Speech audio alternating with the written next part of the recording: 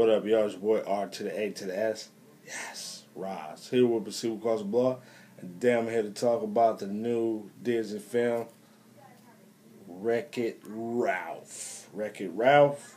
I enjoyed the film a lot. Some of the reasons I enjoyed the film is, number one, I think a lot of I know you can't really call them actors in a sense, but a lot of the voiceovers were done very well. Particularly, my favorite was Sarah Silverman's character. I've never really paid attention to Sarah Silverman. I've seen like some of her stuff. I never thought she was funny. But in this film, man, she really shows her acting skills. Again, I know it's animated, but I mean, she can make you sad. She can make you laugh. I mean, she really got into the role of playing a little girl, and she was just very convincing, very believable, adorable. You just really felt for her. So they did a great job with picking the actors, and these actors really got into the roles. Another reason I like this film is that it really used the Shrek formula in terms of giving that nostalgia feel mixed with sort of remixing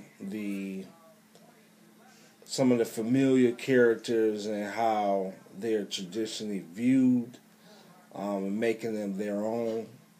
And you saw that you saw that with Shrek. And I like how they do that in this film as well. Definitely, the little kid will come out of you if you grew up like I did during a time when arcades were popular, and even some of the home video games they made some references is there. I won't spoil it, but yeah, it really gives you that nostalgia feel. The main character is, like I said, it's sort of like an arcade version of Shrek. The main character is very similar to a Shrek, where he's viewed by society as a certain way. An ogre like Shrek supposed to be a certain way in fantasy and fairy tales, and you have sort of like the same thing going on here, except it's a video game character. This video game character is viewed as bad, and they have a lot of old school video game arcade characters, which kids won't get. Well, some of them they get, of course. Some of them still play. People still play Pac-Man to this day, but some of them they won't get. But has sort of that Toy Story type of vibe to it as well. With the old school type of dials, this time old school arcade people. So yeah, the nostalgia feel is definitely there. Strong story. They do have a twist in there. I won't reveal the twist. Might not be a big twist to you, but I didn't figure it was going to go a certain way with the story. So yeah, it was a good film. Definitely a kid friendly film. A lot of these films, like Shrek, in my opinion, is for teenagers. A lot of humor and sexual jokes and stuff like that.